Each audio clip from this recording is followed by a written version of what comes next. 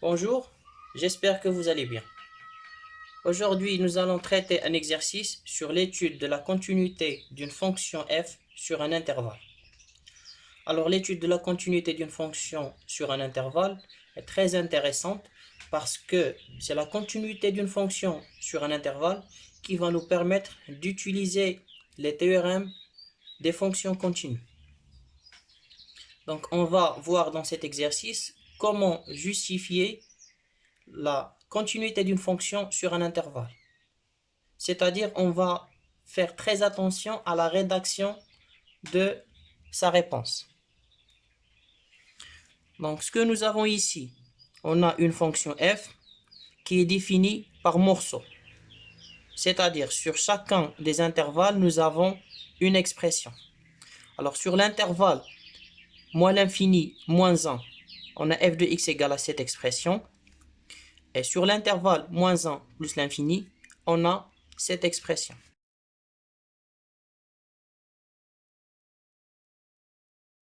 Donc, on va considérer deux fonctions, une fonction u et une fonction v, telles que u de x égale à ça et v de x égale à ça. On va d'abord déterminer le domaine de définition de la fonction u. X appartient à d de u équivaut à. Alors, pour une fonction rationnelle, x appartient à son domaine de définition si et seulement si le dénominateur est différent de 0. Donc, x carré moins 1 différent de 0 équivaut à, j'utilise l'identité remarquable a au carré moins b au carré. Donc ça fait x moins 1 facteur de x plus 1 différent de 0. Ceci équivaut à,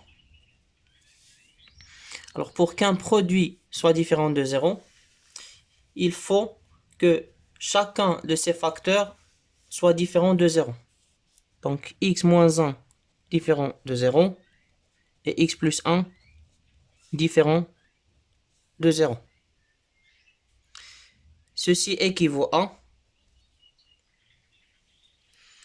x moins 1 différent de 0, ça veut dire que x est différent de 1.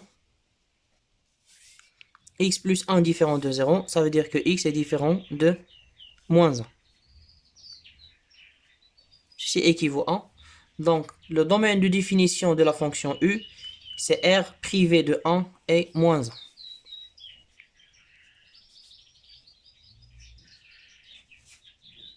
1. R privé de moins 1 et 1. Alors maintenant, u est une fonction rationnelle, donc elle est continue sur son domaine de définition. U est rationnelle, donc elle est continue sur d de u. Donc elle est continue sur d de u, donc en particulier, elle est continue sur l'intervalle moins l'infini moins 1. Donc, u est continue sur l'intervalle moins l'infini moins 1. Et puisque f de x est égal à u de x sur cet intervalle, on en déduit que f est continue sur cet intervalle. D'où f est continue sur l'intervalle moins l'infini moins 1. On fait la même chose pour la fonction v. V, c'est une fonction polynôme. Donc, d de v est égal à r. Une fonction polynôme est continue sur R, donc V est continue sur R. V est continue sur R, car c'est une fonction polynôme. Et puisque V est continue sur R, donc en particulier, elle est continue sur l'intervalle moins 1 plus l'infini. Donc, en particulier, V est continue sur l'intervalle moins 1 plus l'infini. Et puisque f est égal à v sur cet intervalle, d'où f est continue sur l'intervalle moins 1 plus l'infini. Donc, on a montré que f est continue sur moins l'infini moins 1 avec moins 1 ouvert et sur moins 1 plus l'infini. Donc f est continue sur moins l'infini moins 1 ouvert union moins 1 plus l'infini. Alors, il reste seulement la continuité de f à gauche de moins 1, parce qu'elle est continue à droite de moins 1. Pour cela, on va étudier la continuité de f à gauche de moins 1. Étudions maintenant la continuité de f à gauche en moins 1. Pour cela, on va calculer la limite quand x tend vers moins 1 à gauche de f de x. Donc, il faut calculer cette limite. On va remplacer x par moins 1 ici.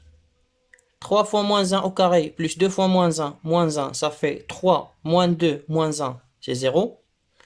Et puis, moins 1 au carré, moins 1, c'est 1, moins 1, 0. Donc, on a la forme indéterminée 0 sur 0. Pour lever l'indétermination, on va diviser par x plus 1, chacun de ces deux polynômes. 3x carré divisé par x, ça fait 3x. Je développe 3x fois x, ça fait 3x au carré. On met moins 3x au carré.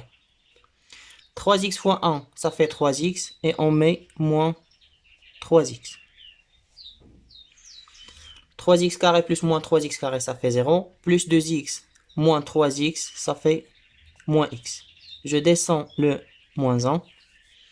Je recommence. Moins x divisé par x, ça fait moins 1. Je développe. Moins 1 fois x, moins x. On change le signe, on met x. Moins 1 fois plus 1, ça fait moins 1. On change le signe, on met plus 1. Donc, 0. Ceci veut dire que 3x carré plus 2x moins 1 est égal à x plus 1, facteur de 3x moins 1. Je la remplace ici. Limite, quand x tend vers moins 1, moins de x plus 1, facteur de 3x moins 1. Divisé par x carré moins 1, j'utilise l'identité remarquable, c'est x moins 1, facteur de x plus 1. Je vais maintenant simplifier par x plus 1. Il reste 3x moins 1 sur x moins 1.